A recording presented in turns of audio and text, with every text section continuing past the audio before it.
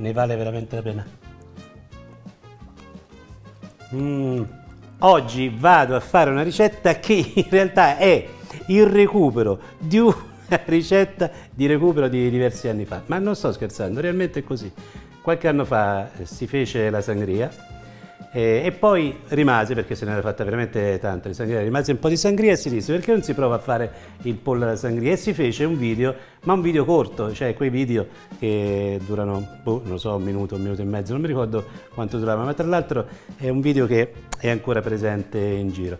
Però la ricetta effettivamente era veramente buona, per cui alla fine si è detto ma perché non la facciamo davvero spiegandola tutta per benino la ricetta? Ecco perché siamo qui a rifare il pollo alla sangria. Facciamo una sangria un po' alleggerita, proprio non proprio sangria, però secondo me sempre buona. Allora, una caraffa dove mettere tutto e partiamo dalla frutta, dalle mele. Non c'è bisogno di sbucciarle, le faccio a dadini e le metto direttamente dentro la caraffa. Mi tengo un pezzettino dove vado a conficcarci questo mi è cascato, a conficcarci i chiodi di garofano, così non se ne vanno in giro, sono tutti insieme. Ho messo dei chiodi di garofano e metto dentro anche 2 pezzi di cannella. Poi vado a mettere un limone, l'arancia, aggiungo lo zucchero e copro con il vino.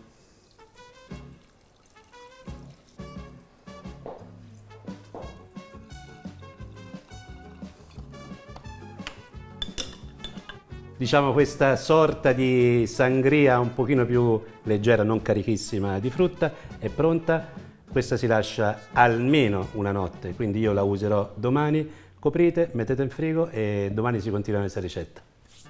Allora, in una bella casseruola dove si può mantenere la cottura a lungo come questa di ghisa, mettete un pochino d'olio, non ne serve tanto, ma un pochino serve. Aspettiamo che si riscaldi un po'.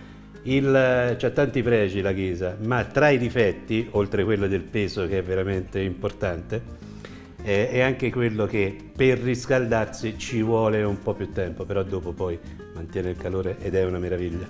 Pollo, allora per il pollo ho preso cosce e sovraccosce, però scegliete voi se volete mettere anche il petto, le ali.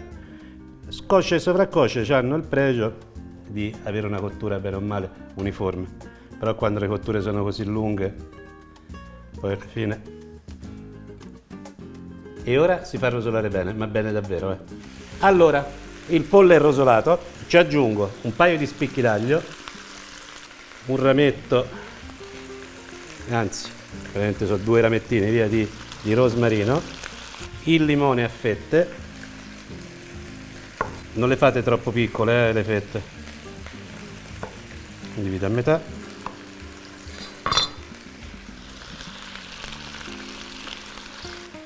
L'arancia,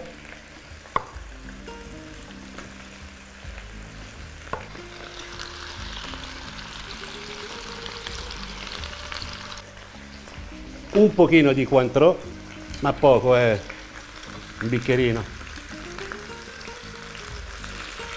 Faccio evaporare bene il Cointreau. Nel frattempo ci metto un pochino di pepe, sale,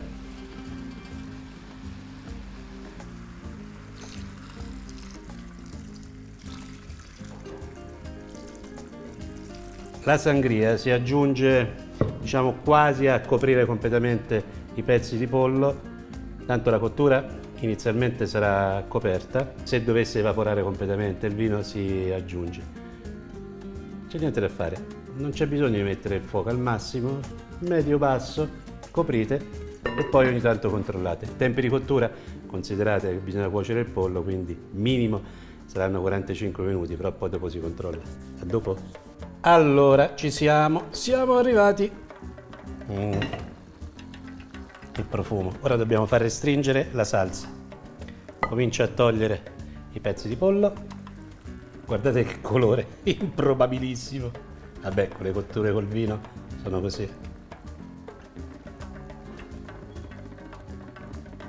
Tolgo anche le arance, il limone, spicchio d'aglio, il rametto di rosmarino, l'altro spicchio d'aglio. Ora poi se rimane qualche pezzettino, pace. Si aggiunge a questa salsa un po' di miele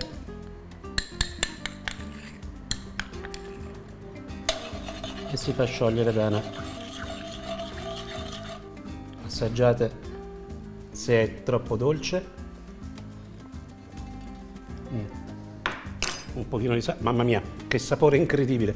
Un po' di sale ci va messo. Ora, fuoco al massimo, facciamo ristringere per 2 minuti e poi ci rimettiamo il pollo dentro. Vado a rimettere i pezzi dentro.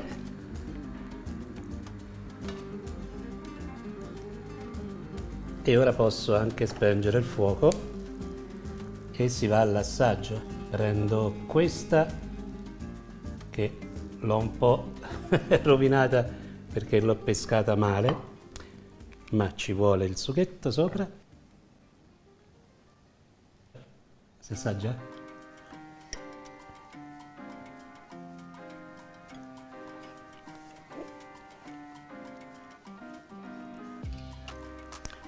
Sono quei sapori che uno non si aspetta, è veramente gustosissimo.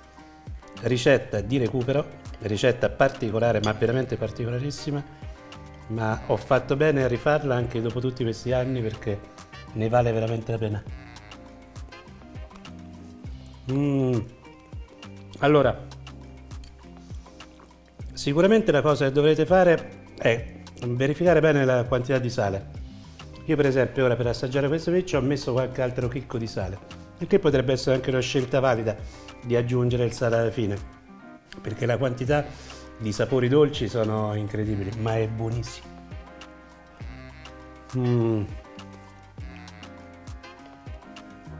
Ci metto un altro po' di salsa. Questa salsa è fenomenale, è fenomenale davvero. Vediamo se riesco a non sporcarmi.